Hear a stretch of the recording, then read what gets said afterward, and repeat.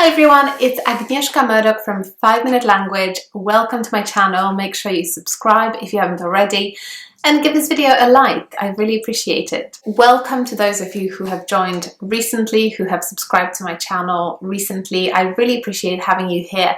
Make sure you leave me a comment and tell me what language you're learning at the moment. So today's video is all about setting SMART goals for language learning. And I've already made one video like this probably a couple of years ago, but the topic kind of keeps coming up and people constantly tell me when I mention SMART goals in my courses or other videos, people constantly tell me, oh, I knew about the technique, but I wasn't sure how to apply it to language learning, or I didn't know that it could be applied to language learning. So I thought I would make a video kind of refreshing the advice I gave you a couple of years ago. And I'm also going to add a couple of bonus tips on how to make the most of SMART goal setting. Also, make sure that you download my free guides to language learning from the description box. I've got some advice and some templates for SMART goal setting as well there. So let's get started. So what are SMART goals for language learning?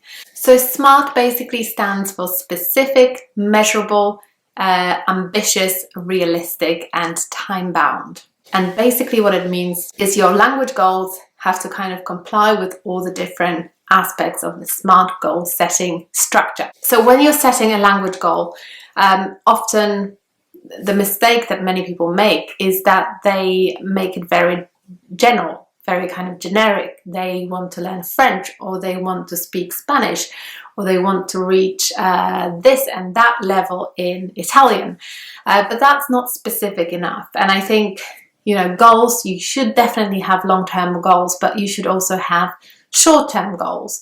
And so for those more kind of short or medium-term goals, you need to be more specific. So you need to know specifically what it is that you're trying to achieve. So are you trying to focus on your reading comprehension? Are you trying to be able to deliver a presentation lasting 5 minutes?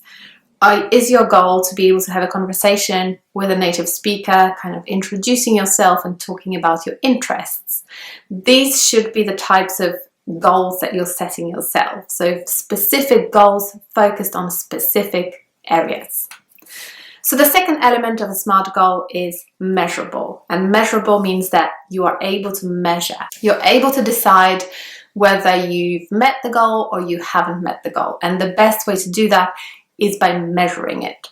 So obviously not everything can be measured, but a lot of things can. So one of the examples that I often give people is, you know, how many words, how many vocabulary items, or how many expressions do you want to master in the next 3 weeks? That would be a perfectly measurable goal, because you would be able to count exactly how many of those words you mastered, or how many of those expressions you're able to use in a conversation.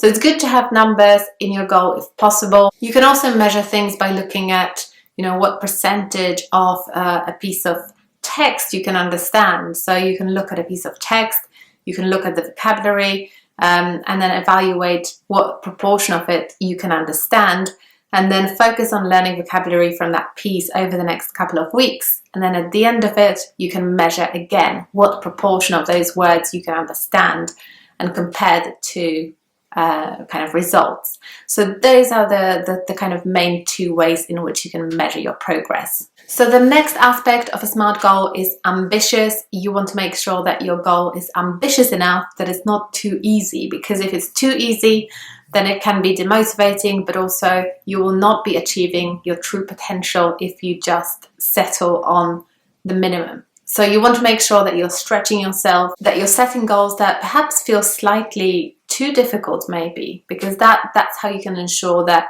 they are ambitious enough. The next aspect of a SMART goal is realistic. So having said what I've just said about ambitious goals, you also want to make sure that the goal is realistic. So don't set yourself the goal of, I want to learn 100 new words in the next week, because you might not meet that goal. And then week after week after week, you will be demotivated and you will feel disappointed in yourself because you're not meeting the goal. So the way to do it, in my opinion, is to set yourself some very short-term goals. So for example, for the next week, this is your goal, then you can revise it. If it was too easy, then you can increase the number or the scope of the learning. If it was too difficult, then you can always reduce it. So that way you will be able to get to your perfect goal, which is both ambitious and realistic. Goals should never be kind of set in stone, because different things will affect your ability to learn. And sometimes you're making a lot of effort but you're not meeting those goals, but that doesn't mean that you're doing badly. So you should then adjust the goal and make sure that it's still ambitious, it's still realistic, but it works for your kind of current schedule or current lifestyle. And the final aspect of the goal setting process is having goals which are time bound, so goals that have deadlines. So is it a goal for the next 7 days, 7 weeks, or 7 months? Make sure that you've got a deadline on everything, that you know when you want to look back at the goal and decide, have I met it, have I not met it? Having those deadlines is crucial because it's motivating, but also it allows you to move forward. It allows you to, revise those goals, celebrate your successes, but also set new goals or adjust the existing goals frequently. So I would say always have some kind of weekly goal or monthly goal, and then review them frequently. So look back at them and decide, am I still meeting that goal? If not, maybe I should change something about either the goal or the way I'm learning. Okay, so now I've covered the SMART goal setting technique, I want to share with you some bonus tips which I didn't include in the previous video, but I want to share them with you now. So the first one is about having stretch goals. And stretch goals are basically goals that will stretch you even further. So in case you meet your goals, in case you're doing so brilliantly that you are meeting all of your goals, you can set yourself an additional kind of stretch goal that you will be aiming for if you're doing so brilliantly that you need something else to motivate you. Okay, so let me give you an example with learning vocabulary. You might have a goal that is about using the past tenses in French.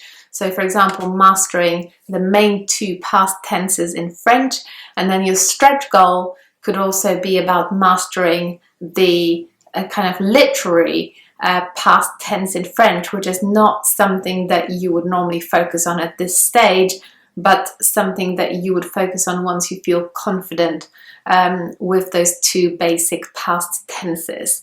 So it's basically a stretch goal that you keep it there, you kind of ignore it, and then once you've reached your normal goal, you can reach for the stretch goal. And that way, when it comes to reviewing your progress, you will be able to see, oh, I did brilliantly because I mastered those 2 basic tenses, but I also did amazingly well because I managed to start working on the stretch goal. So the stretch goal is just there as something that you do when you need to, rather than kind of focusing on it all the time. Okay, and the second tip I've got for you, the second bonus tip, is something similar to stretch goals, but basically I will call it bonus goals. Bonus goals are basically something that you will have written down alongside your goals, and they will be something that you can do if you basically run out of things to do. So they're not more challenging, they're not more difficult, but they are just kind of additional items that you can focus on so that you never kind of run out of things to do if you've already met your goals.